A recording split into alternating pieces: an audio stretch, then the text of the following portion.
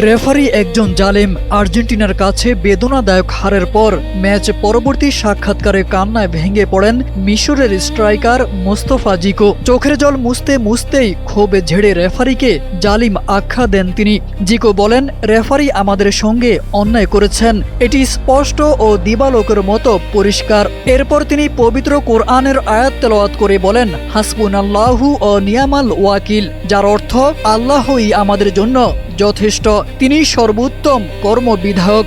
জিকো বলেন, রেফারি একটি পুরো জাতির কঠোর পরিশ্রম, স্বপ্ন আর আবেগকে ধূলিসাৎ করে দিয়েছেন। ম্যাচের শুরু থেকেই তিনি আমাদের বিরুদ্ধে কাজ করেছেন। সম্প্রচার হঠাৎ বন্ধ হয়ে যাওয়ার ঠিক আগ মুহূর্তে মিশরের স্ট্রাইকার আরও একটি গুরুতর অভিযোগ আনেন। তার দাবি, স্মাইল বেবি ডায়াপার এর সুপার অ্যাবজর্পশন টেকনোলজি এখন দেয় 30% বেশি শোষণ ক্ষমতা।